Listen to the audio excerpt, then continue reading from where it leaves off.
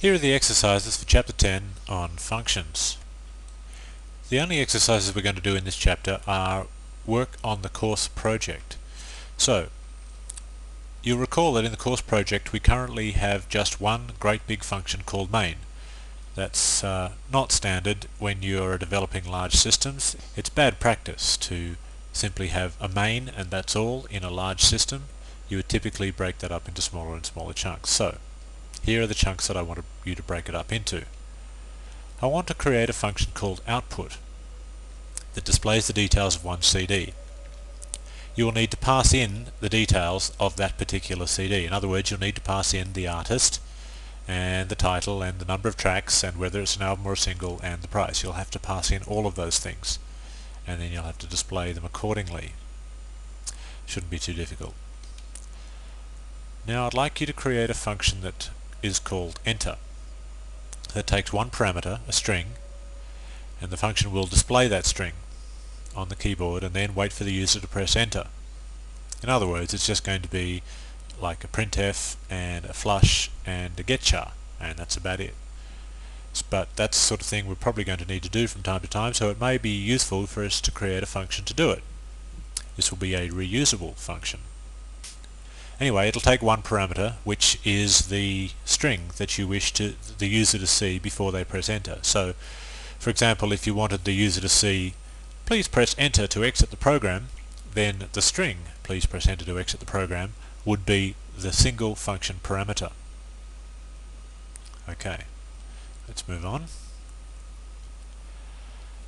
Now, similar to the enter function, I'd like another function called yes/no. Again, it takes one string parameter, which is essentially the question that you're about to ask the user, and then it reads a character from the keyboard until that character is a yes or a no. Now, here's the clever part. Then, it's actually going to return a 1 or a 0 back to the calling function based on whatever character the user typed in. So, if they type in a y, up or a lowercase, then the function will return a value of 1.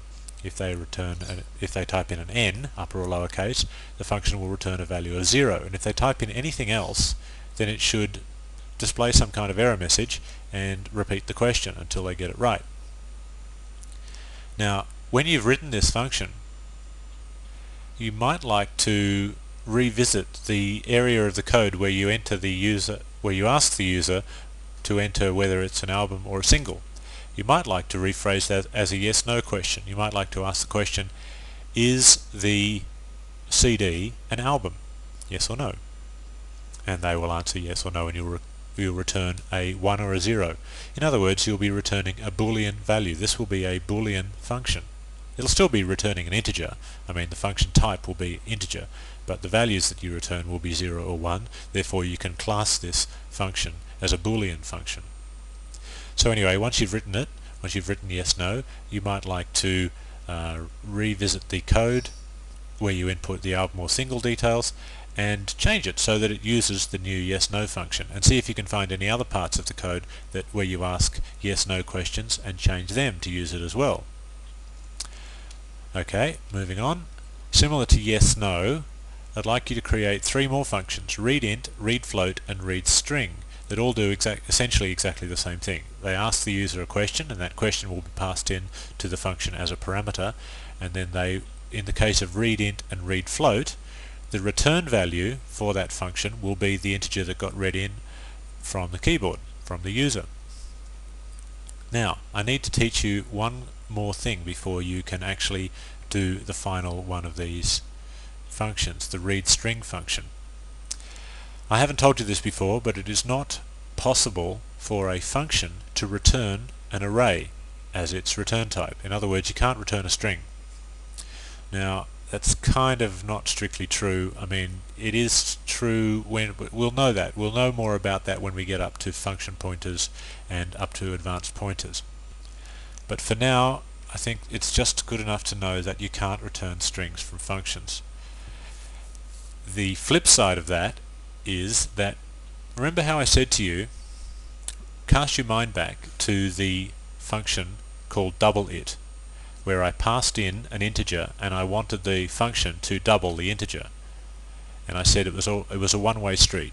you could never get a function to modify its parameter and have that parameter, the modified version of that parameter, find its way back to the original function. Remember that?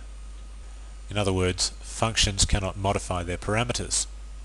I mean, the function can modify the parameter, but that modified value will never escape from the function. As soon as the function is closed and finished, the modified value disappears forever because it's a copy. Well, I'm here to tell you now that for arrays, any kind of array, and in particular strings, it's different. The function can certainly modify the elements of the array. You can modify each of the individual elements. In other words, you can create a read string function and pass it as a parameter the string that you want it to read, and it can fill in that string for you. That's very, very handy to do that.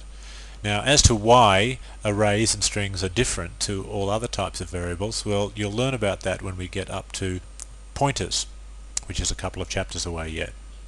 But for now, it's enough information for you to know that a function can modify its parameter if that parameter is an array, including strings. So, that should give you enough information to create a read string function. Notice this read string function will not have a return statement in it.